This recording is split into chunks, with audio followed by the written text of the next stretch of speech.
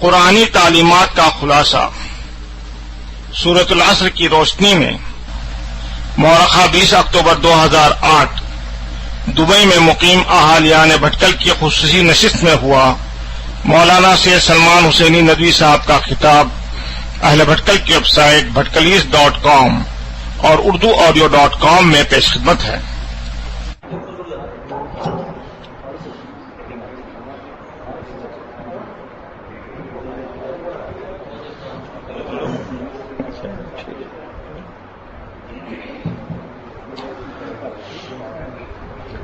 الحمد لله وكفى وسلام على عباده الذين اصطفى اما بعد۔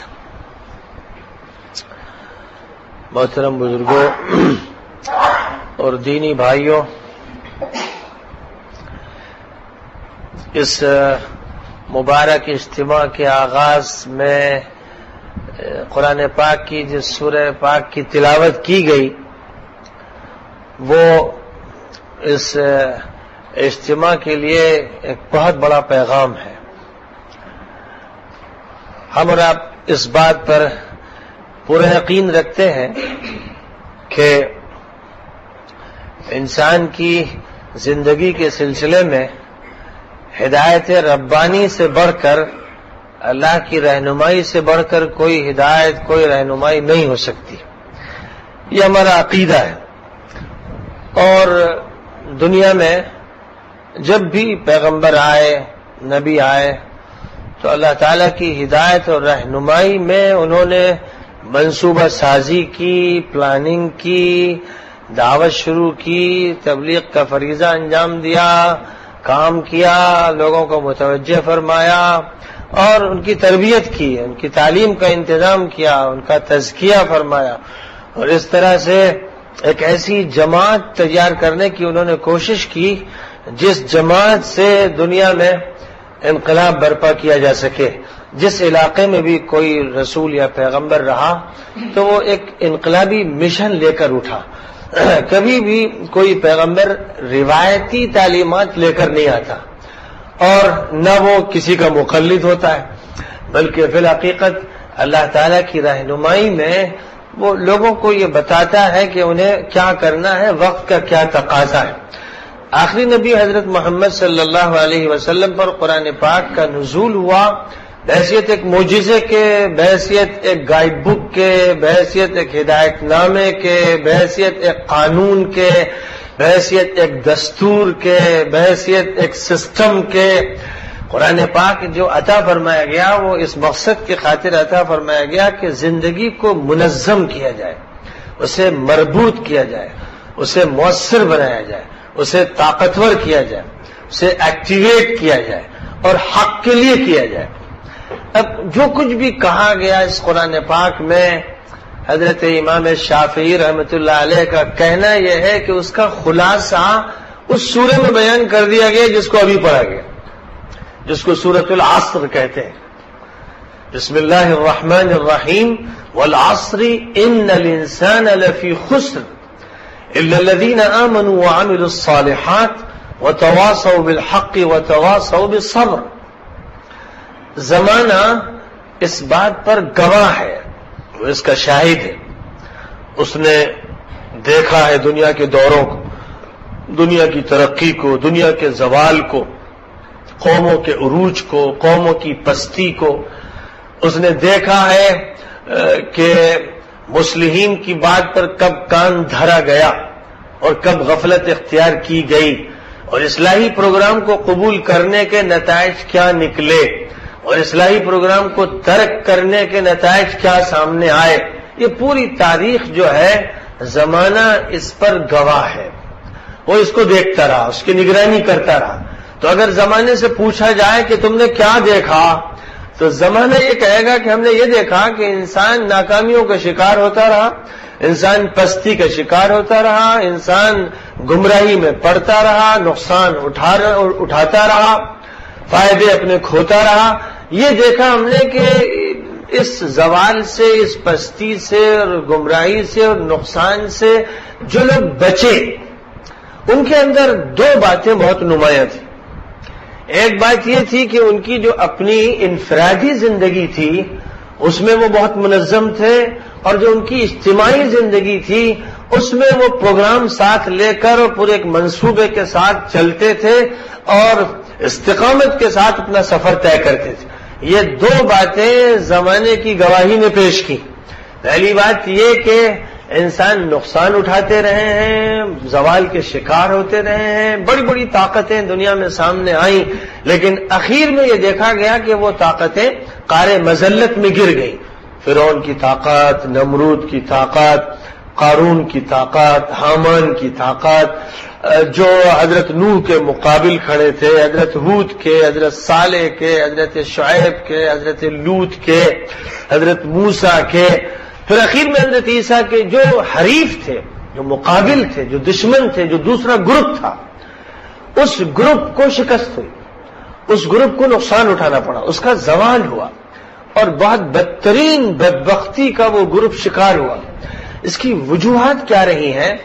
تو زمانے کا یہ کہنا ہے، اور ظاہر ہے کہ خداوند قدوس نے زمانے کو اس لیے گواہ بنایا کہ ماضی، حال اور مستقبل، یہ تین زمانے ہیں جن زمانوں کے ساتھ پوری کائنات جڑی ہوئی ہے، یہ پوری دنیا جڑی ہوئی ہے۔ اس کا کچھ حصہ ماضی میں چلا گیا ہے، کچھ حال ہے جس کو ہم گزار رہے ہیں، کچھ مستقبل ہے جو سامنے آنے والا ہے۔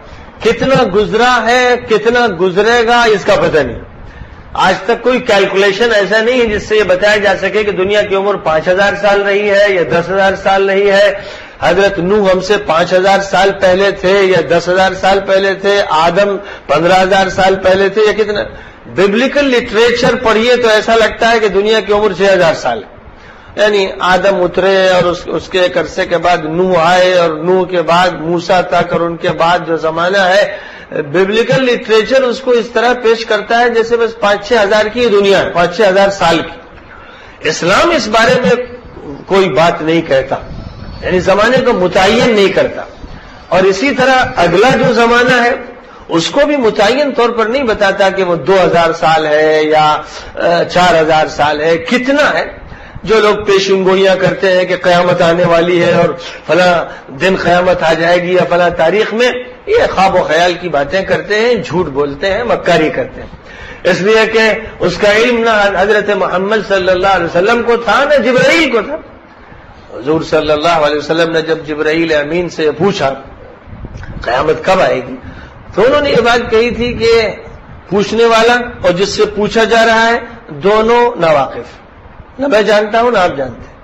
تو پھر حضور صلی اللہ علیہ وسلم نے پوچھا کہ اچھا اس کی کچھ علامتیں بتائیے، تو انہوں نے کہا کہ علامتوں میں سے ایک بات یہ یاد رکھیے کہ ایسا دور آ جائے گا کہ لڑکے اور لڑکیاں ماں باپ کے اتنے نافرمان ہو جائیں گے کہ اپنے ماں باپ کا ادب نہیں کریں گے، دوستوں اور یاروں کے ساتھ زندگی گزاریں گے، ماں کو نوکرانی سمجھیں گے، باپ کو نوکر سمجھیں گے، اخلاق اتنا گر جائے گا، اس درجے انسانی تہذیب کا زوال ہوگا کہ جو قدریں ہیں معاشرے کی یا کسی سماج اور سوسائٹی کی وہ تباہ ہو جائیں گی۔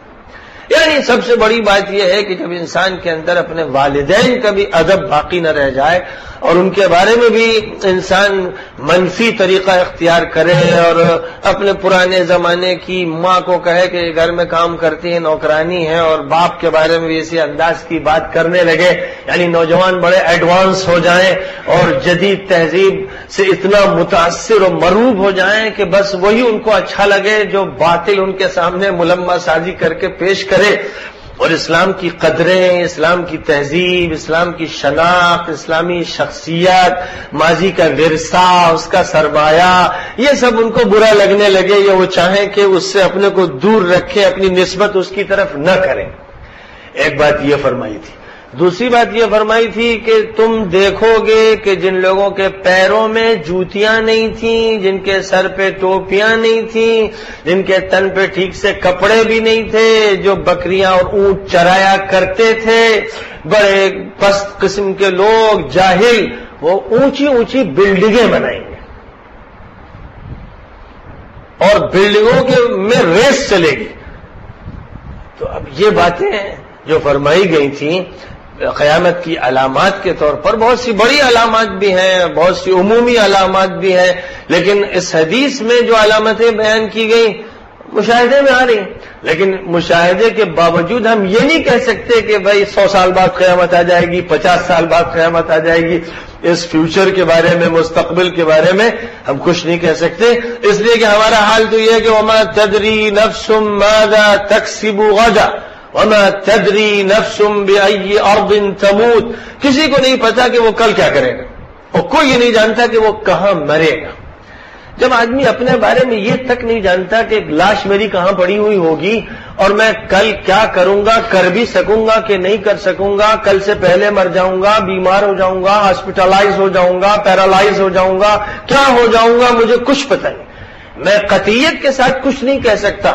تو جس انسان کا حال یہ ہو کہ وہ اپنے قریب کے مستقبل کے بارے میں کچھ نہ کہہ سکے، وہ دور کے مستقبل کے بارے میں کیا کہے گا؟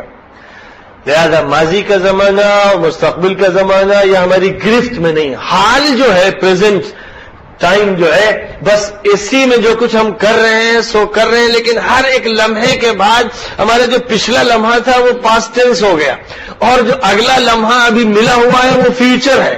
لہذا بس ہمارا حال ایک لمحہ ہے، پلک جھپکتے میں آتا اور جاتا ہے، یہ ہمارا زمانہ ہے، اور تھوڑی دیر میں وہ گزرا ہوا ہو جاتا ہے، اور اگلا مستقبل کہلاتا ہے۔ بس یہ ہے جس کے سلسلے میں اللہ تعالیٰ نے گواہی دلوائی، والعصر، زمانہ گواہ ہے، ان الانسان لفی خسر، سارے انسان گھاٹے میں۔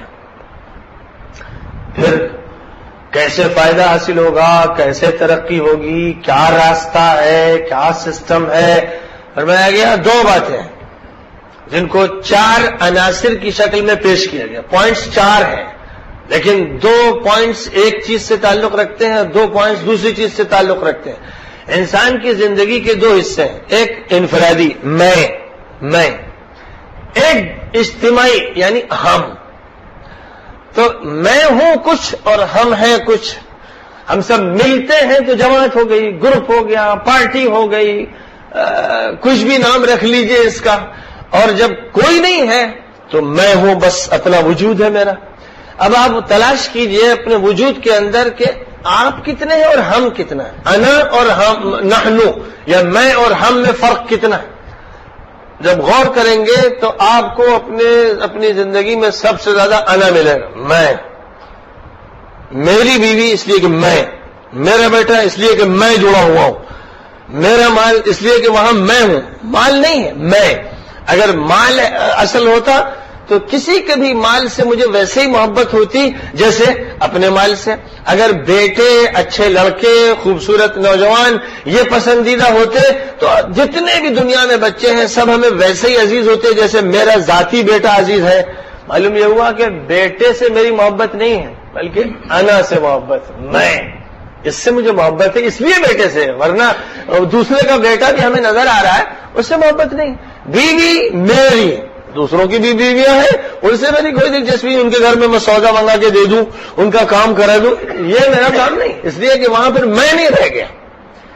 تو انسان کا میں سب سے خطرناک ہے، اور یہ ایک ایسا بت ہے جس کو انسان پالتا ہے، جس کی پوجا کرتا ہے، پرنام، ہاتھ جوڑ کے اس کے سامنے کھڑا ہو جاتا ہے۔ یہ میں ایک اسٹیچو ہے جس کو اسٹیچو کی شکل میں وہ دیکھتا نہیں، لیکن قرآن نے، کیونکہ قرآن سائیکولوجی کا تو ماہر ہے، اللہ کی کتاب ہے، وہ نفس انسانی کے دریچوں کو کھولتا ہے، دروازوں کو، بند دروازوں کو کھولتا ہے۔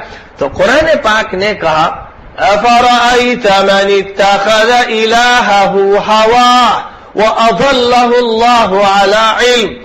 اے نبی، غور کیا آپ نے اس شخص کی حالت پر کہ جس نے اپنی خواہش کو، اپنی انانیت کو، اپنی نفسانیت کو اپنا معبود اور بت بنا رکھا ہے؟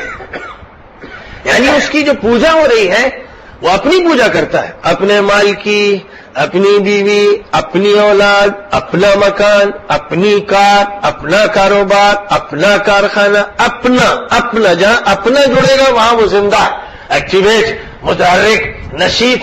جہاں دوسرا آیا ٹھنڈا ہو گیا، وہ برف ہو گیا، اس کی ساری سرگرمی ختم ہو گئی، اس کی مشین بند ہو گئی، اس کا ڈیزل ختم ہو گیا، اس لیے کہ یہاں اب انا نہیں رہا، انا سے دائرہ آگے بڑھ گیا، وہ دوسرا ہے، وہ دوسرا ہے، وہ دوسرا، وہ غیر ہے، وہ اپنی برادری سے باہر ہے، وہ اپنے رنگ کا نہیں، وہ اپنے خاندان کا نہیں، وہ اپنے خون کا نہیں. یہاں تقسیمیں شروع ہو گئی، اور یہ تقسیم جہاں سے شروع ہوئی وہیں سے زوال شروع ہوا.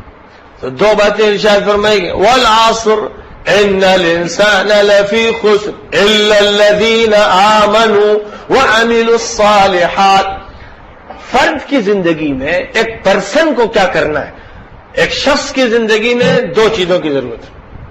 نمبر ایک، اس کا بلیف ہونا چاہیے، کوئی عقیدہ ہونا چاہیے. وہ عقیدہ کون سا ہونا چاہیے، یہاں اس کا امتحان ہوگا. ہو سکتا ہے عقیدہ اس پر رکھے کہ گنگا کا پانی بہت پوتر ہے اور اس کو پینے سے ساری بیماریاں دور ہو جاتی. ہو سکتا ہے وہی عقیدہ رکھے کہ زمزم کے پینے سے بیماریاں دور ہو جاتی. ہو سکتا ہے وہی عقیدہ رکھے کہ وارانسی جانے سے یا اجودھیا جانے سے ہماری یاترا پوری ہو جاتی ہے، بڑی مقدس یاترا ہوتی ہے اور حج ہو جاتا ہے گویا کہ. یا یہ عقیدہ رکھتا ہے کہ کعبے جا کر ہم جب طواف کرتے ہیں اور صفا و مروہ کے درمیان صحیح کرتے ہیں تب جا کر ہمارا عقیدہ پورا ہوتا ہے، اس کو تشفی حاصل ہوتی. وہ یہ مانے کہ رام اوتار ہے خدا کے، یا یہ مانے کہ اللہ ہے جو اصل معبود ہے، یا یہ مانے کہ Jesus the Christ son of God ہے، یا وہ خود اللہ ہے، یا اللہ ان کی شکل میں سامنے آ گیا ہے، یا عزیر اللہ کے بیٹے ہیں، یا کنفیوشس یا زرتشت یا دنیا کے جو مختلف فرقے ہیں ان کے عقائد میں سے کسی عقیدے کو رکھتا ہے. پہلا مسئلہ انسان کے عقیدے کا ہے، اور اس عقیدے میں پھر آسمانی کتابوں کا بنیادی رول ہے، کیونکہ انسانوں نے جو کچھ لکھا ہے وہاں پھر ان کا انا غالب آ گیا ہے. انسان انانیت کا شکار ہو گیا اور اس نے اپنی انا کی روشنی میں، یعنی جو اس کے وجود کے اندر تھا، اس نے اسی کو باہر دیکھنا شروع کر دیا. میرے اندر اگر سیاہی ہے تو میں کاغذ پہ سیاہی دیکھ رہا ہوں، میرے اندر گناہ ہے تو مجھے باہر بھی گناہ ہی نظر آ رہے ہیں، میرے اندر نیکی ہے تو مجھے باہر نیکی نظر آ رہی. یعنی عربی مثال ہے کہ کل اناء یترشح بما فیہ، ہر برتن سے وہی چیز چھلکتی ہے جو اس کے اندر ہوتی ہے، لہذا اندر جو ہے وہ باہر ظاہر ہوتا ہے.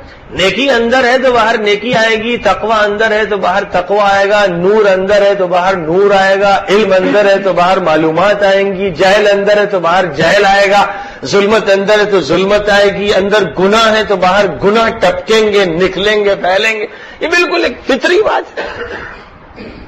جب یہ ایک فطری بات ہے تو سب سے پہلی بات جو ارشاد فرمائی گئی ہے یہ کہ انسان کو صاحب ایمان بننا ہے، اس کا عقیدہ پختہ ہو. اللہ کی کتابوں نے جو کچھ کہا اور آخری کتاب نے جس پر مہر لگا دی، یعنی جس طرح تعارف کرایا آخری کتاب نے اس کائنات کے مالک کا، اس کائنات کے مالک کے فرستادوں، پیغمبروں، نبیوں اور رسولوں اور ولیوں اور صالحین اور نیک لوگوں کا، اور جس طرح اس کتاب نے تعارف کرایا صحیح راستے کا، صراط مستقیم کا، اچھی زندگی کا، اس پر یقین کرنا پڑے گا. یہ پہلا مطالبہ ہے. اگر آپ کے دل میں یقین کی طاقت نہیں ہے، یقین کا نور نہیں ہے، یقین کی بیٹری چارج نہیں ہے، یقین سے سیرابی نہیں ہے، یقین سے آسودگی نہیں ہے، ابھی یقین کے آپ بھوکے ہیں، یقین کے پیاسے ہیں، یقین کے کپڑوں سے ننگے ہیں، تو پھر ایک قدم آگے نہیں بڑھ سکتے. پہلا جو موضوع ہے وہ عقیدے کی پختگی کا ہے، اور عقیدے کی پختگی کے لیے ضروری ہے کہ عقیدہ صحیح ہو. اگر عقیدہ غلط ہے تو انحراف غلط راستے پہ لے جائے گا، صحیح راستے پہ پھر انسان نہیں جا سکے گا، اور جب غلط راستے پر چلے گا تو نتائج اس کے غلط نکلیں گے. اس لیے سب سے پہلی ضرورت ایک فرد کے لیے، انا کے لیے، میں کے لیے سب سے پہلی ضرورت یہ ہے کہ دماغ کا صحیح سیٹ اپ ہو، صحیح افکار ہو دماغ میں، دل میں عقیدے کی مضبوطی ہو، اور انسان کے رگ و ریشے میں اس کا وہ عقیدہ سرایت کیا ہوا ہو، یعنی اس کے خلاف کوئی چیز نہ ہو. دماغ میں کوئی فلسفی، کوئی نظریہ، کوئی فکر، کوئی الٹرنیٹو یا کوئی مد مقابل کی چیز بالکل نہیں ہونی چاہیے، اور ہو بھی تو نفین ہو، یعنی اس کی نفی کرنے کے لیے ہو. یہ پہلا مطالبہ ہے فرد کی زندگی کے لیے، شخص کی زندگی کے لیے۔ دوسرا مطالبہ یہ ہے کہ جو اس کے اندر ہو وہی اس کے باہر ہو، ڈپلیکیسی نہ ہو، نفاق نہ ہو، اور کنٹرڈکشنز نہ ہو، تضاد نہ ہو۔ یہ نہ ہو کہ صاحب اندر جو کچھ ہے اسے وہ کہتا نہیں، بولتا کچھ اور ہے۔ اندر جھوٹ ہے، کہتا ہے کہ میں سچا ہوں۔ اندر خیانت کہتا ہے کہ میں امانت دار ہوں۔ اندر کفر کہتا ہے کہ مومن ہوں۔ اندر خلاف اسلام ہے اور کہتا ہے کہ میں مسلم ہوں۔ یہ جو تضاد بیانی ہے اس سے شخصیت بالکل ٹوٹ جاتی ہے، ختم ہو جاتی ہے، مثل معدوم ہو جاتی ہے۔ لہذا جو حشر کافر کا ہے وہی حشر منافق کا ہے، کوئی فرق نہیں۔ اور کافر تو ہوتا ہے غیر مسلموں میں، منافق ہوتے ہیں اپنی برادری میں، اپنے درمیان ہوتے ہیں، ساتھ کھاتے ہیں، شادیاں ان کی ہم کرتے ہیں، اپنی لڑکیاں دیتے ہیں ان کو، اپنے لڑکے دیتے ہیں، وہ اپنے درمیان ہوتے ہیں۔ جن کے ہاں یہ بات ہوتی ہے کہ دل کچھ ہے، دماغ کچھ ہے، ظاہر کچھ ہے، باطن کچھ ہے، کہتے ہیں کہ ہم مسلمان ہیں، عمل نہیں کرتے اس پر۔ اسلام کو تسلیم کرتے ہیں روایتی طور پر، جیسے عید منا لیتے ہیں، بقرعید منا لیتے ہیں، جانور ذبح کر لیتے ہیں، گوشت کھا لیتے ہیں، یہ رسمیں ہیں، رسمیں۔ یعنی اگر اللہ کی عبادت کے طور پر آپ اس کو کر رہے ہیں تو پھر عبادت تو فل ٹائم جاب ہے، وہ پارٹ ٹائم جاب نہیں ہے۔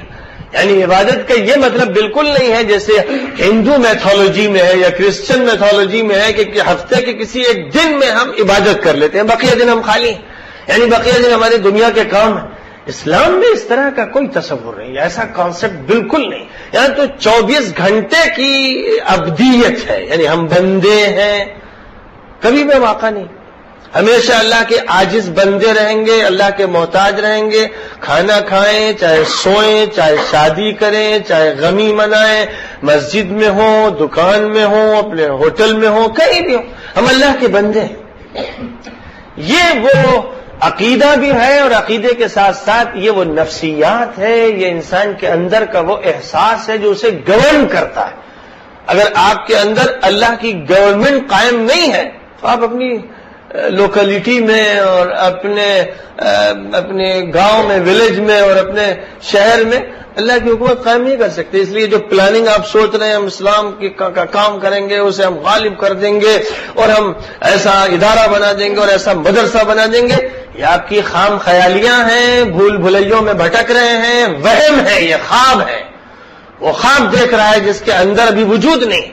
یعنی کہتے ہیں عربی میں مثال ہے فاقد الشیء لا یعطی، جو چیز آدمی کے پاس نہیں ہے وہ دوسرے کو نہیں دے سکتا۔ میرے پاس ایک چیز نہیں ہے، میں فرینچ نہیں جانتا، اب آپ مجھ سے کہیں گے فرینچ میں تقریر کیجئے تو میں خاموش ہو جاؤں گا۔ آپ مجھ سے کہیں کہ صاحب جرمن زبان بولیے تو مجھے خاموش ہونا پڑے گا۔ رشین زبان میں آپ کے اچھا الفابیٹ رشین سنا دیجئے تو ایک ورڈ میں نہیں سنا سکتا، ایک حرف نہیں سنا سکتا۔ لیکن وہ جو میری ووکیبولری ہے یا میرے اندر جو اللہ تعالیٰ نے سیلز دماغ میں رکھے ہیں اس میں فیڈ ہی نہیں کیا گیا اس الفابیٹ کو، وہ خالی ہے۔ تو جیسے فیڈ نہیں کیا گیا دماغ خالی رہتا ہے، ویسے جو چیز فیڈ نہیں کی گئی آپ اس میں نیل ہیں، بالکل ایک لفظ نہیں کہہ سکتے۔ تو جس چیز کو آپ کہہ نہیں سکتے اس کو بھرت بھی نہیں سکتے، کوئی سوال ہی نہیں۔ تو اسلام اگر سر سے پیر تک رگ و ریشے میں سرایت کیا ہوا نہیں ہے تو آپ یہ توقع کریں کہ اسلام میرے گھر میں آئے گا، اسلام میرے اولاد میں آ جائے گا، اسلام میری بیوی میں آ جائے گا، یہ خواب دیکھ رہے ہیں آپ، یہ خواب دیکھے جا رہے ہیں۔ ہاں یہ الگ بات ہے کہ وہ اپنے طور پر کسی اور کے ذریعے سے اسلام حاصل کر لے یا اپنی محنت سے حاصل کر لے، یہ ہو سکتا ہے، آپ سے نہیں حاصل کریں گے، وہ آپ سے اسی وقت حاصل کریں گے جب آپ بھرے ہوئے ہوں گے۔ جو علم آپ کے پاس ہے، جو نالج ہے، جو سائنس ہے، وہ آپ دے سکتے ہیں، اور جو نہیں ہے وہ نہیں دے سکتے ہیں۔ جب چاہیے امتحان لے لیجئے، خود اپنا لے لیجئے یا کوئی دوسرا لے لے۔ تو ایسی شکل میں وَالْعَصْرِ إِنَّ الْإِنسَانَ لَفِي خُسْرٍ إِلَّا الَّذِينَ آمَنُوا۔ پہلی بات جو ہے کہ بھئی آپ اپنے فکر کو درست کیجئے، اپنا ذہن صحیح کیجئے، اپنا سیٹ اپ درست کیجئے عقیدے کا۔ جب وہ درست ہو جائے گا اور کوئی جگہ باقی نہیں رہ جائے گی غیر اللہ کی، لا الہ الا اللہ، نہیں ہے کوئی معبود نہیں، کوئی خالق نہیں، کوئی مالک نہیں، کسی کو میں نہیں مانتا اس کے لیے، اس اعتبار سے کہ پرستش کرو سوائے اللہ کے۔ یہ بات کیا واقعتاً آپ کے دل میں اچھی طرح سے جم چکی ہے اور آپ کا رابطہ اس اللہ کی ذات سے بندگی کا، عبدیت کا، سر جھکانے کا، اطاعت کرنے کا، بات ماننے کا مکمل طور پر پیدا ہو چکا ہے؟ ایسا تو نہیں کہ کہیں ٹکرائے گا، جب مسئلہ آئے گا نفع کا، دکان کا، اور اچھی بڑی رقم سود کی مل رہی ہوگی اور یہ کہا جائے گا، قرآن کہتا ہے یمحق اللہ الربا ویربی الصدقات، خدا سود کو مٹا دیتا ہے اور صدقات کو پروان چڑھاتا ہے، تو آپ ہاتھ بڑھائیں گے رقم لینے کے لیے یا ہاتھ کھینچ لیں گے؟ کیا کریں گے؟ یہ ہے امتحان۔ امتحان یہاں ہوگا جب یہاں بات آئے گی فضول خرچی کی، اور ادھر سے مطالبہ ہوگا کہ ان المبذرین کانوا اخوان الشیاطین، جو لوگ بھی فضول خرچی کرتے ہیں یعنی شریعت سے آگے بڑھ کر بیجا خرچ کرتے ہیں، وہ شیطانوں کے بھائی ہیں۔ یہاں آپ سرنڈر کریں گے یا بغاوت؟ آپ کا عمل بتا دے گا۔ لہذا الا الذین آمنوا کے بعد وعملوا الصالحات، کہ فرد کی زندگی میں دو چیزیں ہوتی ہیں، ایک اس کا ایمان، ایک اس کا عقیدہ، اور ایک اس عقیدے کو تقویت پہنچانے والا اس کا عمل، اس کا ایکشن۔ بغیر ایکشن کے عقیدہ بے معنی۔ جو مارکسسٹ ہیں، کمیونسٹ رہے ہیں، وہ اپنے ایکشن سے اپنے عقیدے کو ہمیشہ تقویت پہنچاتے رہے۔ جو کیپیٹلسٹ رہے ہیں، لبرلسٹ ہیں، ان کا جو نقطۂ نظر ہے وہی ان کا ایکشن بھی ہے۔ دونوں میں اتفاق، اور اسی اتفاق کا یہ نتیجہ ہے کہ ان کا فکر وجود میں آیا، شہر میں، صوبے میں، ملک میں، دنیا کے بہت سے ملکوں میں، کیونکہ اس کے پیچھے ایک ڈائنمزم ہے، ایک طاقتور عقیدہ ہے، چاہے وہ اندھا ہی بہرا کیوں نہ ہو۔ غلط عقیدہ ہو، جب آدمی پاگل ہوتا ہے اپنے عقیدے کا تو وہ بڑے بڑے انقلابات لے آتا ہے، اور جس کے ہاں یہ ہے کہ اس کا فکر اتلا ہوا، کمزور، بودا، جب چاہیے خرید لیجئے، جب چاہیے ڈرا دیجئے، جب چاہیے اس کو کھسکا دیجئے، ایسا ڈھیلا ڈھالا ایمان و یقین ہے، تو ایسا آدمی کچھ کرے گا نہیں۔ خواب دیکھے گا، باتیں کرے گا، شیخ چلی بنے گا، بڑے بڑے پلان پیش کرے گا، لیکن سب خام خیالیاں ہوں گی اور کچھ نہیں ہوگا۔ تو پہلے ایک پختہ فکر و نظر چاہیے، اور پھر ایک ایکشن چاہیے، اور ایکشن بھی پلان کے ساتھ چاہیے، ایکشن پلان چاہیے، یعنی منصوبہ بندی چاہیے۔ اللہ تعالیٰ کے ہاں حفاظت وے میں کام پسند نہیں، لہذا ہر چیز کے لیے بالکل زبردست پلاننگ ہے۔ اوقات طے شدہ، ارکان طے شدہ، فرائض طے شدہ، واجبات طے شدہ، سنتیں طے شدہ، سسٹم طے شدہ۔ کوئی چیز ایسی نہیں ہے کہ آپ جس طرح چاہیں کر لیں، جس طرح چاہیں، جیسا من میں آئے نماز پڑھ لیں، یوں کھڑے ہو جائیں، یوں کھڑے ہو جائیں، جس طرح چاہیں رکوع کر لیں، جس طرح من میں آئے سجدہ کر رہے ہیں، کبھی ادھر لیٹ جائیں، کبھی ادھر لیٹ جائیں، کبھی چھوڑی رکھ لیں۔ بالکل نہیں۔ پنکچولیٹی بھی ہے اور پلاننگ بھی ہے، منصوبہ بندی بھی ہے، طہارت میں بھی ہے، عبادت میں بھی ہے، معاشرت میں بھی ہے، معاملات میں بھی ہے، لین دین میں بھی ہے، زبردست تنظیم ہے پورے اسلامی سسٹم میں۔ قرآن نظام کو پیش کرتا ہے، فوضویت کو اور انتشار کو نہیں پیش کرتا، وہ اسے منظوری نہیں کرتا۔ جو چیز بھی انتشار کے ساتھ ہو اور اضطراب کے ساتھ ہو اور منظم نہ ہو، اسلام اسے سینکشن نہیں کرتا ہے۔ لہذا تنظیم چاہیے، منصوبہ چاہیے اور ایکشن چاہیے، کیونکہ بدون ایکشن کے کسی چیز کے کوئی معنی نہیں۔ بے عملی خود ایک مرض ہے، بد عملی تو خطرناک مرض ہے، لیکن بے عملی ایک ہے بے نیتی اور ایک ہے بد نیتی۔ بد نیت کم لوگ ہوتے ہیں لیکن بے نیت زیادہ ہوتے ہیں۔ کوئی نیت ہی نہیں، کوئی سوچ ہی نہیں، کوئی عزم ہی نہیں ہے، کوئی ارادہ ہی نہیں ہے، کوئی ہمت ہی نہیں ہے۔ جیسے ایک تنکا پانی میں بہتا چلا جا رہا ہے، ایک ذرہ ہوا میں اڑتا چلا جا رہا ہے، کوئی پلاننگ نہیں ہے اس کی، ہوا جدھر چاہے لے جائے، جدھر چاہے پھیر دے۔ بہت سے لوگ ایسے ہیں جنہوں نے زمانے کی دوش پر اپنے کو ایسے ہی ڈال دیا ہے جیسے تنکے ہوا میں یا ذرے ہوا میں یا تنکا پانی پر ہے۔ اسی طرح وہ ہیں، جدھر زمانہ جائے گا ادھر ہم چلے جائیں گے۔ زمانے سے پنجہ آزمائی کرنا، زمانے کا مقابلہ کرنا، زمانے کا رخ موڑنا، زمانے کو نیا ڈھنگ دینا، یہ ان کی پلاننگ کا حصہ نہیں۔ ظاہر ہے کہ وہ لوگ الگ ہیں، پھر وہ اس مشن کے لوگ نہیں۔ تو پہلی چیز جس کا مطالبہ ہے وہ ہے ایمان اور عمل صالح۔ عام طور پر ہمارے یہاں روایتی انداز سے کہا جاتا ہے بھائی مومن بنیے اور نیک عمل کیجئے، تو وہ دماغ میں آتا ہے کہ بھائی جو عقیدہ موروثی چلا رہا ہے وہ ٹھیک ٹھاک، اور نماز پڑھ لیجئے، بھائی تراویح پڑھ لیجئے، اور روزہ رکھ لیجئے وغیرہ وغیرہ. اسلام کا یہ مدھم سا محدود سا تصور آتا ہے اور مطمئن ہو جاتے ہیں بھائی ماشاء اللہ مسلمان ہیں. دیکھیے سب کر تو رہے. یہ اسلام کا ناقص تصور ہے, بہت ہی کمزور تصور ہے. اور چونکہ یہ ناقص اور کمزور تصور ہے لہذا مسلمان گھاٹے سے, ذلت سے, پستی سے ابھر نہیں پا رہے. مسلسل چوٹ پر چوٹ کھا رہے ہیں, ذلت پر ذلت سے دوچار ہو رہے ہیں, رسوائیوں کو اٹھا رہے ہیں, لیکن رجوع نہیں کر پا رہے ہیں اس سسٹم کی طرف جو اللہ نے دیا ہے. اور بڑی وضاحت کے ساتھ اسے بیان کیا گیا اور سمرائز بھی کر دیا گیا. میں نے نقل کیا کہ امام شافعی رحمۃ اللہ علیہ نے فرمایا تھا کہ اگر سورۃ العصر اترتی اور پورا قرآن نہ اترتا تو یہی کافی ہو جاتی. یعنی اتنی زبردست سمری ہے, 1.5 سطر ہے کل. 1.5 سطر کے اندر پورے قرآن کے مشن کو 4 پوائنٹس میں بیان کر دیا گیا, جس میں 2 پوائنٹس انفرادی زندگی کے ہیں, یعنی فرد کی اصلاح. فرد کی اصلاح میں بنیادی بات اس کا ایمان ہے. ایمان ہی ڈائنمک پاور ہے, اصل جو طاقت ہے وہ ایمان کی ہوتی. عمل ایمان کے تابع ہوتا ہے. یعنی گاڑی کو دھکا دیں, چلاؤ بھائی چلاؤ, ارے بھائی صاحب اس میں پرزہ پھنسا ہوا ہے یا اس میں ڈیزل نہیں ہے, پیٹرول نہیں ہے, دھکے کہاں تک دو گے, تھک جاؤ گے. پہلے اس کو ایمان دو, یعنی وہ طاقت دو جس کی وجہ سے وہ چلتی ہے. چلنے کے بعد پھر تمہیں صرف اتنا کام کرنا پڑے گا کہ جو پرزے اس کے ہیں فنکشن کرنے کے لیے جو طریقہ کار ہے, بس اس بٹن پر ہاتھ دباؤ, اس کے بعد بھاگنا شروع کرے گی. گاڑی کیوں بھاگ رہی ہے؟ اس لیے کہ اس کا انجن صحیح ہے, اس کو پیٹرول یا ڈیزل ملا ہوا ہے. جو جس آئل کی اسے ضرورت ہے وہ آئل اس میں موجود ہے, جو پرزے چاہیے وہ موجود ہے. ان میں سے کوئی چیز نکال دیجئے, نٹ بولٹ ادھر ادھر کر دیجئے, یا اسے ڈیزل یا پیٹرول نہ دیجئے, اسے آئل نہ دیجئے تو وہ جام ہو جائے گی. بالکل اسی طرح انسان کے اندر کا ایمان ہے. اب جو اس کی چال ہے, گاڑی بھاگتی چلی جا رہی ہے, جو اس طاقت کے نتیجے میں بھاگ رہی ہے, ویسے ہی اگر ہمارے اندر وہ طاقت آ جاتی ہے تو پھر زبردست ایکٹیویٹی پیدا ہو جاتی ہے. یہ وہ ایکٹیویٹی تھی جو حضور پاک علیہ الصلوۃ والسلام نے ابو بکر میں, عثمان ابن عفان میں, صہیب میں, عمار میں, یاسر میں, اور پھر ایک دور میں عمر میں اور دیگر حضرات میں, بچپن ہی سے علی میں, پھر جو بھی جڑتے گئے اس قافلے میں, ان میں سب سے پہلے جو چیز پیدا کی وہ یہی تھی.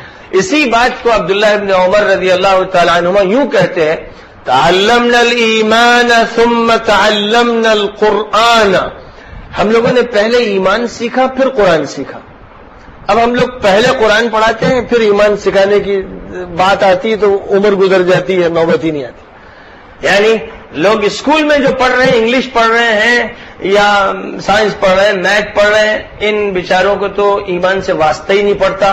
یونیورسٹی کے آخری دور تک صرف مسجد میں جو خطبہ سن لیتے ہیں, کبھی کبھی کوئی تقریر سیرت پہ ہو جاتی ہے. یعنی یوں سمجھیے کہ جیسے ایک پیاسا ہو جس کو مہینے 2 مہینے 4 مہینے میں 1 گلاس پانی دے دیا جائے تو یہ بیچارہ جیے گا. تو جن لوگوں کا حال یہ ہے کہ وہ کبھی کبھی کھانا کھا لیں, کبھی 1 گلاس پانی پی لیں, وہ بھی مہینوں میں جا کر, تو بس کیسے جیتے ہیں وہ. یعنی جیتے ہیں یہ مانا بھی جائے کہ نہیں, کیوں نہ مانا جائے کہ ایمان ان کا مردہ ہے, اس کا انتقال ہو چکا ہے. جسم ہے, کچھ رسمیں ہیں, کچھ روایتیں ہیں, اماں ابا کے نام ہیں, برادری سے تعلق ہے, اور ایک ماحول ہے جس نے یہ سمجھا رکھا ہے کہ بیٹا تم مسلمان ہو, ورنہ صورتحال فی الحقیقت کچھ اور ہے.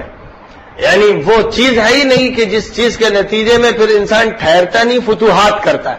لہذا صحابہ کرام کبھی ٹھہرے نہیں, فتح یا مشکلات سے دوچار ہوئے یا فتوحات. یہ نہیں ہوا کہ صاحب نہ ہم کانٹوں میں الجھیں گے اور نہ ترقی حاصل کریں گے, یہ کبھی نہیں ہوا. وہاں تو ان کے ایمان نے ہمیشہ ان کو متحرک رکھا, اور اس تحریک کا یہ نتیجہ نکلا کہ ان کی انفرادی زندگی نہایت طاقتور ہو گئی. اب 2 چیزیں جو اجتماعی زندگی کی ہیں, وَتَوَاصَوْا بِالْحَقِّ وَتَوَاصَوْا بِالصَّبْرِ. ایک ہماری انڈیویجول زندگی ہے, انفرادی زندگی, شخصی زندگی.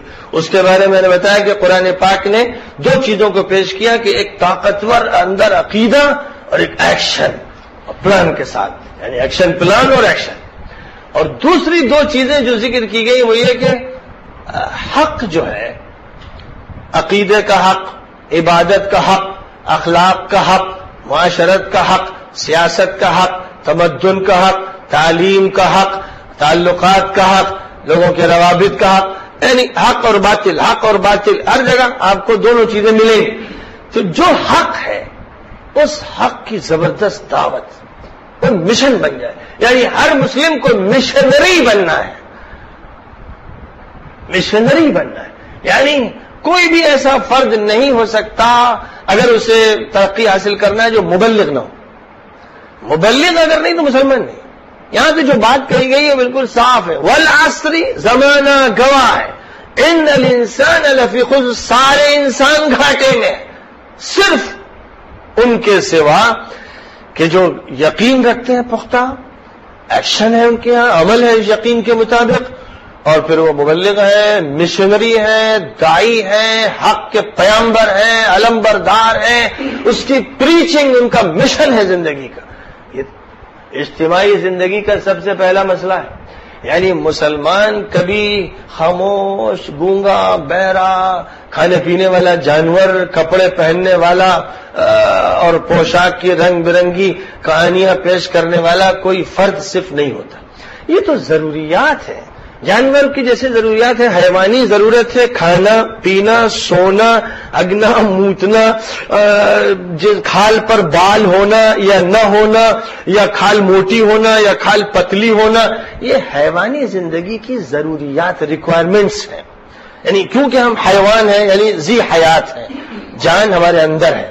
جب جان ہمارے اندر ہے تو ہمیں جان کو برقرار رکھنے کے لیے غذا چاہیے، اور غذا جو ہم کھاتے ہیں وہ اصلاً جو ہمارے جسم کے اندر منرلز ہیں، وٹامنز ہیں، جو اجزاء ہیں، انہی اجزاء کو ہم آگے بڑھاتے ہیں۔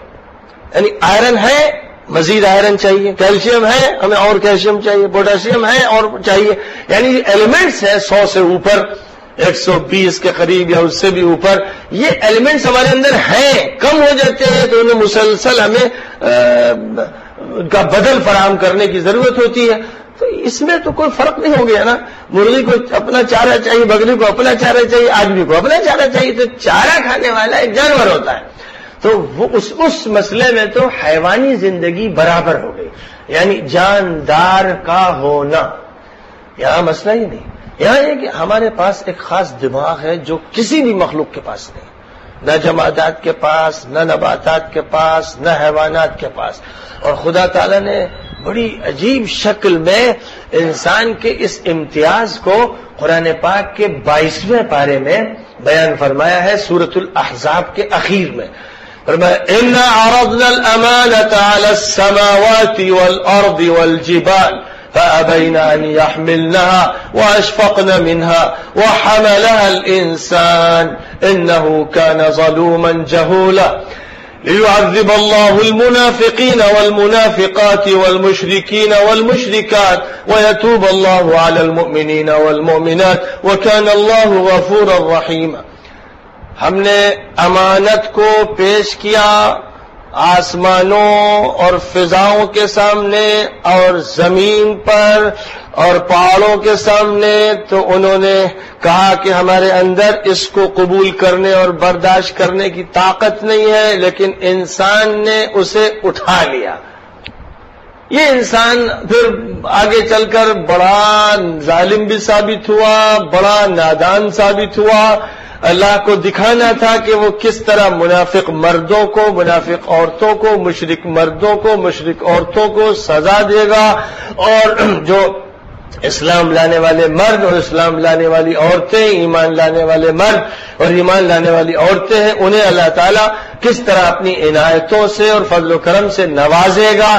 اللہ کو اس کا مظاہرہ کرنا تھا، صفت قہر کا، صفت مہر کا، صفت رحمت کا، صفت غضب کا۔ خدا ایک کنز مخفی تھا، اس کو ظہور میں آنا تھا، تو اس کے لیے یہ طے ہوا کہ امانت کبریٰ، خلافت عظمیٰ کا بوجھ اس انسان پہ ڈالا جائے۔ یہ ہے انسان کی وہ حیثیت جو اس کو تمام مخلوقات پر ممتاز کر دیتی ہے۔ اسے عقل دی گئی ہے، اسے فکر دیا گیا ہے، اسے کسی چیز سے نتیجہ اخذ کرنے کی صلاحیت دی گئی، اسے عبرت حاصل کرنے کی قدرت دی گئی. وہ چیز کو دیکھتا ہے تو اتنی چیز کو نہیں سمجھتا بلکہ اس کے اندر سے بہت سی اور چیزوں کو بھی سمجھنے لگتا ہے. ایسی صلاحیت اللہ تعالیٰ نے انسان کو عطا فرمائی ہے. لہذا اس بنیاد پر انسان کو خدا تعالیٰ نے اپنا نائب، اپنا خلیفہ، اپنا مبلغ، اپنا مشنری، اپنے سے محبت کرنے والا اور اپنی طرف بلانے والا، یہ حیثیت اس کو عطا فرمائی. اور اسی حیثیت سے وہ اگر جڑا ہوا ہے تب تو اس کے لیے خدا تعالیٰ کی طرف سے سعادت، خوشبختی، خوشحالی، ترقی، عروج کے فیصلے. اگر وہ مشنری نہیں ہے تو پھر خدا کو اس کو کوئی ضرورت نہیں. وہ زائد ایک بوجھ ہے، ایک بوجھ ہے. جیسے کاغذات، غیر ضروری کاغذات یہاں پڑے ہوئے ہیں اس وقت، ان کا کوئی کام نہیں. ویسے وہ ایک غیر ضروری چیز ہے جو چل پھر رہی ہے امتحان میں، جسے فیل ہونا ہے، جو ناکامی کی علامت ہے، سائن بورڈ ہے بدبختی کا، جس کا وجود بتا رہا ہے کہ یہ زمین کے لیے مصیبت ہے، یہ زمین کی غذا کھاتا ہے اور کچھ دیتا نہیں. یعنی اس کے یہاں پروڈکشن نہیں ہے، کوئی صرف کنزیومر لیتا ہے، کھا لیتا ہے، بس دینے کا کوئی کام نہیں اس کا. یہاں یہ کہ اللہ سے لے رہے ہو تو پھر دینا بھی ہے خدا کے مشن کے لیے. اور وہ کیا ہے؟ حق کی دعوت، حق کی تبلیغ، حق کا پیام، حق کی بات ہر جگہ ہر وقت، زبان سے، قول سے، عمل سے، اخلاق سے، معاملے سے. یہ نہیں کہ تقریر ہو رہی ہے ہر وقت، جی نہیں، اخلاق سے، برتاؤ سے، معاملات سے، ملنے جلنے سے، کسی نہ کسی پہلو سے ہمارا مشن منتقل ہو رہا ہے. بلکہ اکثر و بیشتر لوگ مسلمانوں کے اخلاق سے متاثر ہو کر اس دین حق میں داخل ہوئے. ماضی جو ہمارا رہا ہے ہندوستان کی سرزمین پر، تاریخ بالکل واضح ہے کہ جن اللہ کے نیک اور صالح بندوں کے ذریعے لاکھوں انسانوں کو اسلام کی توفیق نصیب ہوئی. ایسا نہیں تھا کہ صاحب وہ میڈیا میں آ کر لمبی چوڑی تقریریں کر رہے تھے اور ان کے ڈائلاگ سے متاثر ہو کر لوگ اسلام میں داخل ہو رہے تھے، بلکہ ان کے پاس جا کر ان کے گرما گرم دل سے اپنا دل لگا کر، ان کے سینے سے سینہ لگا کر، ان کی آنکھوں کے نور کو دیکھ کر، ان کے دماغ کے فکر کو دیکھ کر، ان کی دل کی دھڑکنوں سے متاثر ہو کر، ان کے اخلاق کی چاشنی پی کر وہ متاثر ہو کر اسلام میں داخل. یہ پوری تاریخ ہے. آج یہ تاریخ دھیرے دھیرے ختم ہوتی جا رہی ہے اور ایک طرف مسلمانوں کے اندر سے اس میں کمی آ رہی ہے، دوسری طرف دشمن بھی فائدہ پورا اٹھا رہا ہے اس کا، اور وہ مسلمانوں کو زیادہ سے زیادہ بدنام کرنے میں لگا ہوا ہے تاکہ جو کام اس کے ذریعے سے دین اسلام کی تبلیغ کا ہو سکتا ہے وہ بھی نہ ہو سکے، بند ہو جائے، نفرت عام کر دی جائے. تو نفرت عام کر دی جائے قبل اس کے کہ مسلمان کے ٹچ میں کوئی غیر مسلم آنے سے پہلے ہی نفرت.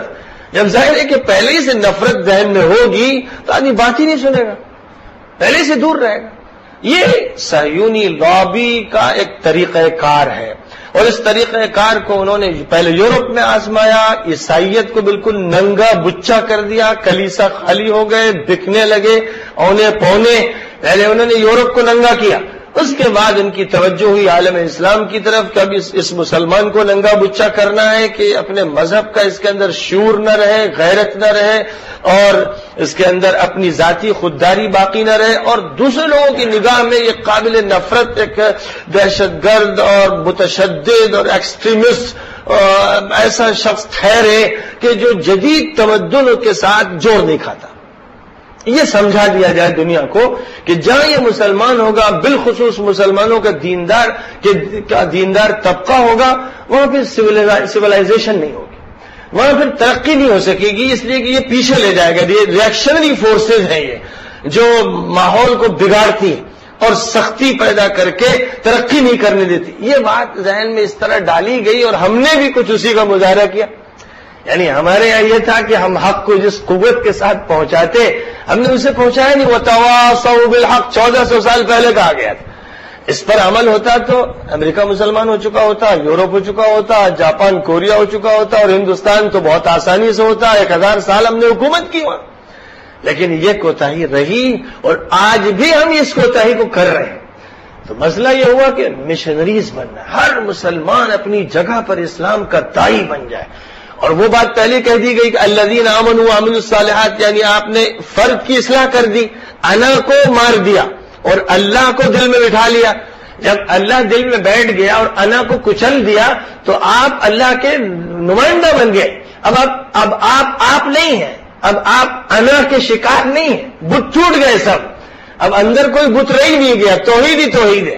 لہذا ظاہر ہے کہ اس توحید کا اظہار، اسی کے اخلاق، اسی کی معاشرات، اسی کی تعلیم، اسی کی تربیت، بس اللہ ہی اللہ ہے اب چاروں طرف، بات ہی کچھ اور ہو جاتی۔ تو یہ ایک بات فرمائی گئی۔ اب یہ ہے کہ یہ راستہ کٹھنائیوں والا ہے۔ اللہ نے فرمایا لقد خلقنا الانسان فی کبد، ہم نے انسان کو پیدا اس طرح کیا ہے کہ وہ مشقتوں دشواریوں میں رہے گا، یعنی یہ اس کے ساتھ رکھا۔ کتنا ہی خوشحال آدمی ہو، کتنا ہی آپ جس کو سمجھتے ہو کہ یار یہ تو آسمان پہ اڑ رہا ہے، اس کے پاس ملینوں بلینوں ہے، ذرا تنہائی میں اس کے دکھوں اور اس کے دل کی چوٹوں کو تلاش کیجئے۔ وہ پھیکی پھیکی مسکراہٹوں سے لوگوں کو سمجھاتا ہے کہ بہت اچھی حالت میں ہے، لیکن اس کے دل میں طرح طرح کی قلبازیاں اور اضطرابات ہیں، اس کے اندر اندیشے بھی ہیں، خوف بھی ہے۔ کبھی اس کے گھر میں ایسی بیماریاں مہلک قسم کی ہیں جن سے اسے چین نہیں، کبھی یہ ہوتا ہے کہ اس کے گھر کا ماحول خوشکن نہیں ہے، دل کو اطمینان نہیں ہے۔ ایسی باتیں ہوتی ہیں، اگر ان پر کتاب لکھی جائے، کوئی انسائکلوپیڈیا تیار کیا جائے دنیا کے مالداروں کا اور جن کو خوشحال سمجھا جاتا ہے، تو میں آپ کو سچ بتاؤں کہ فقیروں سے زیادہ ان کے دلوں کے زخم نظر آئیں گے۔ جنہیں دنیا سمجھتی ہے کہ بڑے خوشحال ہیں، ذرا ان کی کہانی کسی وقت راتوں کی، دنوں کی، ان کے تعلقات بیویوں سے، ان کے تعلقات اولاد سے، ان کے تعلقات ان کے نوکروں سے، ان کے تعلقات اعتماد والوں سے جن سے کنٹیکٹ کیے، جن سے معاہدے کیے، کیا کیا حالات ہوئے، کیسی چوٹیں پڑی، کیسے مصائب آئے۔ اس داستان کو اگر لکھا جائے تو ایک زخموں سے بھرا ہوا انسائکلوپیڈیا تیار ہو جائے گا۔ اس لیے یہ بھی ایک بھول ہے۔ آدمی سمجھتا ہے کہ پیسے سے خوشحالی ملے گی، اچھے مکان سے ملے گی اور فلاں چیز سے ملے گی۔ جب چلتا ہے تو پھر وہاں پھسلتا ہے، کبھی کائی میں، کبھی کانٹوں میں، کبھی کیچڑ میں الجھتا ہے، اور پھر بہت دیر سے شعور حاصل ہوتا ہے۔ اگر پہلے یہ شعور ہو جاتا ہے تو وہ کسی اور شخصیت میں نظر آتا، لیکن بہت سے لوگوں کو بڑھاپے میں اس کا احساس ہوتا ہے، اور بہت سے لوگ ایسے بھی ہوتے ہیں کہ قبر میں چلے جاتے ہیں احساس جاگتے ہی، یعنی احساس مرا رہتا ہے یہاں تک کہ مر جاتے ہیں۔ تو وَتَوَاصَوْا بِالْحَقِّ کے بعد جو دوسری بات فرمائی گئی وہ ہے وَتَوَاصَوْا بِالصَّبْرِ۔ یہ پھولوں کی سیج نہیں ہے، یہاں مزہ ہی مزہ نہیں رہے گا، یہاں ہر وقت عمدہ سواری نہیں رہے گی، یہاں ہر وقت توقعات نہیں پوری ہوں گی، یہ امید کی جگہ نہیں ہے۔ حضور پاک علیہ الصلوۃ والسلام نے زمین پر ایک چارخانہ بنایا، لوگ بیٹھے ہوئے تھے، زمین پر ایک چارخانہ بنایا، اس چارخانے کے بیچ میں سے ایک لکیر باہر نکالی، اس کے بعد فرمایا کہ دیکھو یہ جو چارخانہ ہے یہ انسان کی زندگی کے حدود ہیں، اور یہ لکیر جو باہر نکل رہی ہے یہ اس کی امیدیں اور آرزو ہیں۔ امیدیں بہت اوپر تک، دور تک جاتی ہیں، زندگی ساتھ نہیں دیتی، ساری پلاننگ دھری رہ جاتی۔ کتنے لوگ ہیں جو اپنی امیدوں کو دم توڑتا ہوا دیکھتے رہے اور آخری سانسیں اکھڑتی رہی۔ اسی لیے فرمایا گیا ہے خیر البر عاجل، نیک کام کرنے میں دیر نہ کرو، 1 سال بعد کروں گا، 5 سال بعد کروں گا۔ اچھا، حضور پاک علیہ الصلوۃ والسلام نے دیکھا کہ ایک صاحب گھر کچھ ٹھیک ٹھاک کر رہے ہیں، فرمایا کہ اچھا یہ کیا ہو رہا ہے؟ صاحب یہ گھر درست کر رہا ہوں۔ فرمایا کہ اس سے قریب ہے موت اس سے زیادہ قریب ہے۔ یعنی اسے سمجھانا تھا کہ یہ مت سمجھنا کہ یہ گھر بن جائے گا اور تم رہو گے، ہو سکتا ہے کہ کمرہ بھی تیار بھی نہ ہو، موت کا پیغام آ جائے۔ تو کتنے لوگ ہیں جو اپنی پلاننگ کاغذ پہ لکھ کے رکھتے ہیں، اور آج کل تو لیپ ٹاپ پہ بھی موجود ہے، اور کمپیوٹر پہ میری یہ پلاننگ ہے، میں 5 سال میں یہ کروں گا، ابھی نوبت نہیں آتی کہ فرشتہ اجل آ جاتا ہے، انتقال ہو گیا۔ ارے کیا ہوا؟ تو اچھے خاصے تھے، مجلس میں بیٹھے، جی ہاں بیٹھے تو تھے، لیکن نہ انہیں معلوم تھا نہ آپ کو معلوم تھا کہ وہ اللہ کی طرف سفر کر رہے ہیں تیزی کے ساتھ، اور ان کے پیر قبروں میں لٹک رہے ہیں۔ اس لیے فرمایا تھا خیر البر عاجل، نیک کام کرنے میں جلدی کرو، وقت کو سمجھو کہ بھاگا جا رہا ہے، وقت کی ریس کرو۔ اگر جہاز سے وقت بھاگ رہا ہے تم راکٹ سے بھاگو، اسلام نے یہ سکھایا، اسلام نے تیزی سکھائی۔ آج پھر مسلمانوں کا حال یہ ہے کہ صاحب دنیا راکٹ سے اور میزائل سے سفر کر رہی اور مسلمان بیل گاڑی پہ چل رہے ہیں. یعنی مطلب یہ کہ اسلامی پلاننگ میں تیزی ہونی چاہیے، جلد از جلد کام کرو. لوگ بہت تیزی سے کام کر کے آگے بڑھ رہے ہیں، اور اسی کے ساتھ ساتھ جب سخت مرحلے آئیں تو دل پکڑ کے مت بیٹھ جانا، ہاں کیا کروں صاحب، مجھے تو بڑا اعتماد تھا اور ایسا ہو گیا، مجھے تو یہ توقع تھی اور یوں ہو گیا. اس پر رنج مت کرو. لِكَيْ لَا تَأْسَوْا عَلَى مَا فَاتَكُمْ وَلَا تَفْرَحُوا بِمَا آتَاكُمْ. جو چیز چلی گئی اس پر رنج مت کرو، جو ملا اس پر مت اتراؤ. جو ہاتھ میں ہے اس پر اتراؤ نہیں، اس کی فکر کرو کہ کیسے اس کو مینج کریں اللہ کے لیے. اور جو چلا گیا وہ اللہ کی طرف سے جا نہیں طے تھا اس کا، اس کی فکر میں مت گھلو. یہ نظام بتائیں گے. اسلام ایک کیونکہ پریکٹیکل مذہب ہے، محض خیالی و نظریاتی نہیں ہے، لہذا وہ انسان کا ہاتھ پکڑ کر ہر منزل پر رہنمائی کرتا ہے. تو جہاں یہ فرمایا گیا کہ وَتَوَاصَوْا بِالْحَقِّ، یعنی اجتماعی طور پر تم حق کا پرچار کرو اور اس کے مشنری بن جاؤ، وہیں ساتھ ساتھ یہ فرمایا کہ جب تلخ تجربات ہوں، نقصانات ہوں، کبھی پیسہ برباد ہو جائے گا، کبھی تمہیں ایسا لگے گا کہ وقت میرا ضائع ہو گیا، میرا سارا دماغ کھپ گیا اور کچھ فائدہ نہیں حاصل ہوا، کبھی لڑکا تمہیں سخت جواب دے گا، تمہارا دل پکڑ کے بیٹھ جاؤ گے کہ اس سے امیدیں تھیں، آج یہ مجھ سے تو میں کر رہا ہے. کبھی بیوی طلاق چاہے گی اور تمہارا دل ٹوٹے گا، کبھی بھائی تم سے حسد کرے گا اور جلے گا، کبھی کیا ہوگا. تو صبر کا دامن مت چھوڑنا، اللہ سے رشتہ جوڑے رکھنا، توکل کی زندگی گزارنا اور اپنے دل کو اپنے اللہ کے سامنے رکھ دینا، دکھڑا اللہ کو سنانا، انسانوں کے سامنے مت روتے رہنا. تو فرمایا وَتَوَاصَوْا بِالصَّبْرِ، یعنی برداشت کرنے، حق پر مضبوطی سے قائم رہنے اور استقامت اختیار کرنے کی آپس میں تلقین کرتے رہنا کہ نہ تم مایوس ہو نہ جماعت کا کوئی فرد مایوس ہو. کبھی ایسا ہو سکتا ہے کہ لیڈر تو مایوس نہیں ہے لیکن پوری قوم مایوس ہوئی چلی جا رہی. جیسے آج صورتحال ہے کہ ہماری قوم میں فرسٹریشن پیدا ہوتا چلا جا رہا ہے، خوف اور بے عملی یا ریئیکشن. کہیں ریئیکشن ہے کہیں فرسٹریشن ہے. یہ دونوں چیزیں غلط ہیں. نہ ریئیکشن ہونا چاہیے نہ فرسٹریشن ہونا چاہیے. نہ یہ ہو کہ ہم مایوس ہو جائیں، قنوطیت کے شکار ہو جائیں، افسردہ ہو جائیں، پژمردہ ہو جائیں. جی نہیں، کسی حالت میں نہیں، کیونکہ ہمارا رشتہ اللہ سے ہے. ہم یہ نہیں سمجھتے کہ جو وسائل اور اسباب ہیں ان سے ہماری گاڑی چلتی ہے، اگرچہ انہیں استعمال کرنے کا حکم ہے، لیکن ہوتا جو کچھ ہے وہ اللہ کے فیصلے سے ہوتا. تو اس یقین کی بنیاد پر پھر انسان کبھی فرسٹریٹ نہیں ہوتا. کیسے ہی حالات ہو، کتنے سخت حالات ہوں، امید اللہ سے قائم رہے گی اور وہ انشاءاللہ آگے بڑھتا رہے گا، ترقی کرے گا. جو اس کی قسمت میں اللہ نے لکھا ہے وہ دھیرے دھیرے ظہور میں آئے گا. اور اللہ میاں نے ایک بڑا خوبصورت نسخہ بتا دیا ہے کہ انا عند حسن ظن عبدی بی، میرا بندہ مجھ سے جیسا اچھا گمان کرتا ہے میں ویسے ہی معاملہ کرتا ہوں. اگر تم یہ سمجھ رہے ہو کہ اللہ میری دعا قبول کرے گا تو میں کروں گا، تم یہ سمجھ رہے ہو کہ اللہ میرا کام بنائے گا تو میں بناؤں گا، لیکن تم سمجھ اللہ نہیں بنائے گا تو نہیں بناؤں گا. یہ بات بھی فرما دی. لہٰذا اللہ سے امید رکھی جائے یقین کے ساتھ کہ اللہ انشاءاللہ مدد کرے گا ہماری، اور جس اس مدد کے ساتھ قدم بڑھائے جائیں گے توکل کی کیفیت کے ساتھ، اللہ کی طرف انابت کے ساتھ، احسان کی کیفیت کے ساتھ، عبدیت کے ساتھ، تقوی کے ساتھ، اور اس فکر کے ساتھ کہ اللہ کی کہیں نافرمانی نہ ہو جائے، میرا اللہ مجھ سے ناراض نہ ہو جائے. ایسی فکر لوگوں کو تھی میرا کفیل ناراض نہ ہو جائے، کارخانے دار ناراض نہ ہو جائے، میرا آفیسر ناراض نہ ہو جائے. کیا حیثیت ہے اس آفیسر کی، کیا حیثیت ہے کفیل کی، کیا حیثیت ہے تمہارے ان لوگوں کی جو کچھ مدد کرتے نظر آ رہے ہیں، وہ خود محتاج ہیں، گداگر ہیں، بھکاری ہیں اللہ کے دربار کے، ان سے امیدیں لگائی جا رہی اور اللہ کی رضا کی فکر نہیں ہو رہی. فکر اللہ کی رضا کی ہو کہ اللہ بس تو راضی ہو جائے چاہے دنیا ناراض ہو جائے.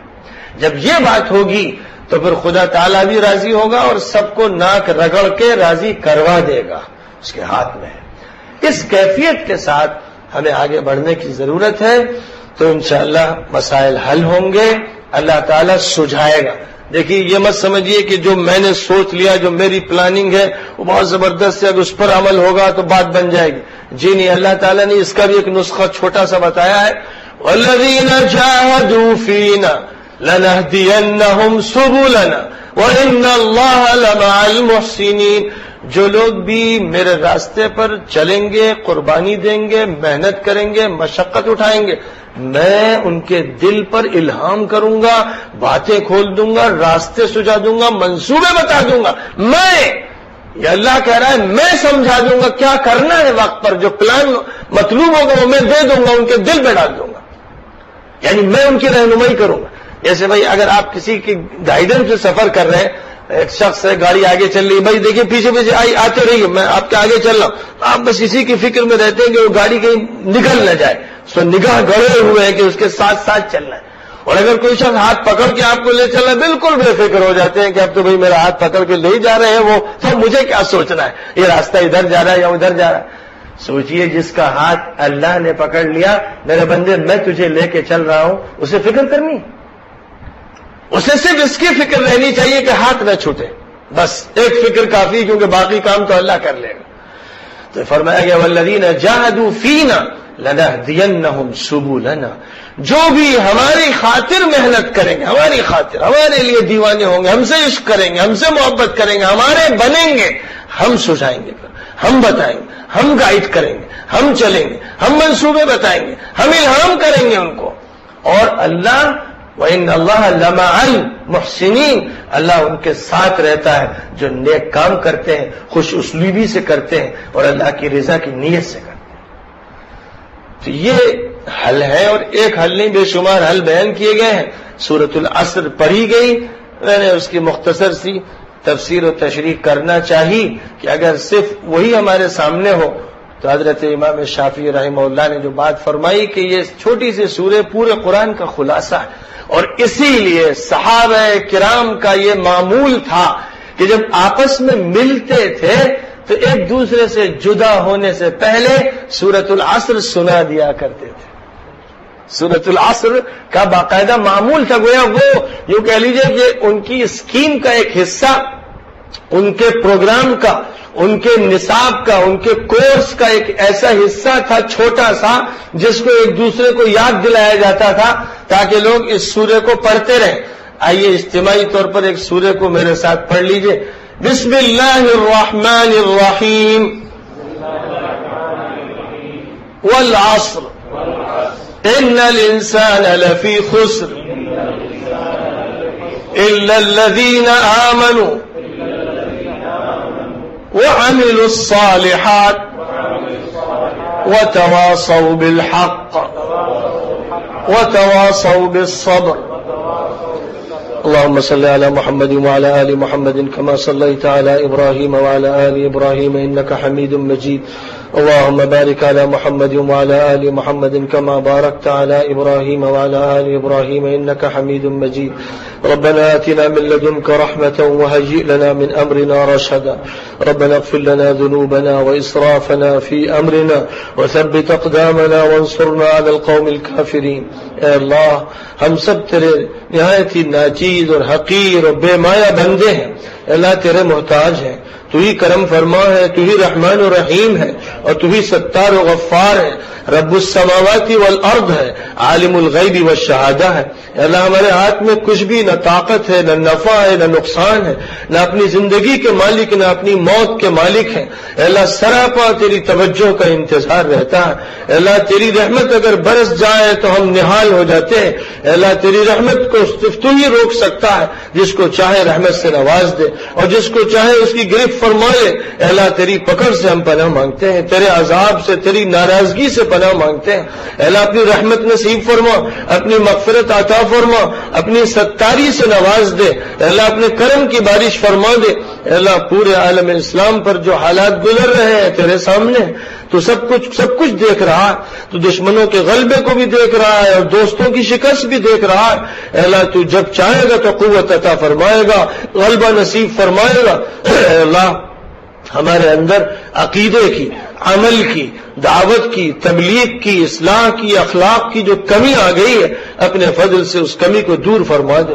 اے اللہ اپنے فضل سے پختہ عقیدہ عطا فرما، اچھا عمل نصیب فرما، اچھے اخلاق عطا فرما، اچھے معاملات نصیب فرما، اچھے تعلقات عطا فرما، اچھی تعلیم نصیب فرما، اچھی تربیت بھی عطا فرما، تزکیہ عطا فرما، اپنی ذات سے تعلق نصیب فرما، اپنی محبت سے دلوں کو معمور فرما دے، اور اپنے ذکر سے زبانوں کو تر فرما دے، اور اپنی طرف رجوع کرنے کی توفیق عطا فرما، اور اپنی ذات پر توکل نصیب فرما، اور اپنے نبی آخر الزمان کی ہدایت کو اختیار کرنے کی توفیق عطا فرما۔ اے اللہ ہم سب تیری طرف رجوع کرتے ہیں، تجھ سے توبہ طلب کرتے ہیں، اپنے تمام گناہوں کی معافی چاہتے ہیں۔ اے اللہ تجھ سے چاہتے ہیں کہ ترقی کے راستے کھول دے۔ اے اللہ تنزل کے قعر سے ہمیں اوپر اٹھا لے، ہماری پستیوں سے نکال کر بلندیاں نصیب فرما دے۔ اے اللہ جو تیرے بندے اس وقت یہاں پر جمع ہیں، تو چاہے گا تو ان کے دلوں میں نور ڈال دے گا، تو چاہے گا تو ذہنوں کو جلا بخش دے گا، تو چاہے گا تو رگ و پے میں اپنی محبت سرایت فرما دے گا، تو چاہے گا تو اپنے دین کے لیے ان میں سے ایک ایک فرد کو قبول فرما لے گا۔ اے اللہ پوری امت کو قبول فرما دے، پوری امت کو ہدایت عطا فرما دے۔ اے اللہ عربوں کو اس دین کے لیے پھر کھڑا فرما دے۔ اے اللہ عجموں کو بھی ان کی تقویت کے لیے پھر سے اٹھا دے۔ اے اللہ ہر طرح سے ہماری تائید فرما، توفیق عطا فرما، مدد و نصرت سے نواز دے، اور اے اللہ اپنی نگاہ رحمت ہم پر فرما، اپنی رحمت کی چادر میں ہم کو سمیٹ لے۔ اے اللہ ہمارے تمام گناہوں کو معاف فرما دے اور اس مجلس کو قبول فرما۔ اے اللہ اپنے فضل و کرم سے ہر خیر کو ہمارے لیے مقدر فرما دے، اور ہر شر سے ہماری حفاظت فرما۔ جن لوگوں کا انتقال ہو چکا ایمان کے ساتھ ہمارے درمیان سے، جو لوگ اٹھ کے تیرے دربار میں جا چکے، ان کی مغفرت فرما، ان پر رحم فرما، ان کو جنت الفردوس میں جگہ نصیب فرما۔ اور اللہ جو بیمار ہیں ان کو شفا عطا فرما، ہر پریشان حال کی پریشانی دور فرما۔ جو جیلوں میں ظلماً پکڑے گئے ہیں، ماخوذ ہیں، اے اللہ ان کو باعزت رہائی عطا فرما۔ جو مظلوم ہیں اللہ ان کو ظلم کے شکنجوں سے آزاد فرما۔ اے اللہ جو ظالم ہیں ان کے پنجے توڑ دے، شکنجے توڑ دے، طاقت توڑ دے۔ اے اللہ اپنے فضل و کرم سے ہم تمام مسلمانوں پر رحم فرما دے۔ ربنا تقبل منا انك انت السميع العليم وتب علينا انك انت التواب الرحيم، وصلى الله تعالى وسلم على خير خلقه محمد وعلى آله واصحابه اجمعين برحمتك يا ارحم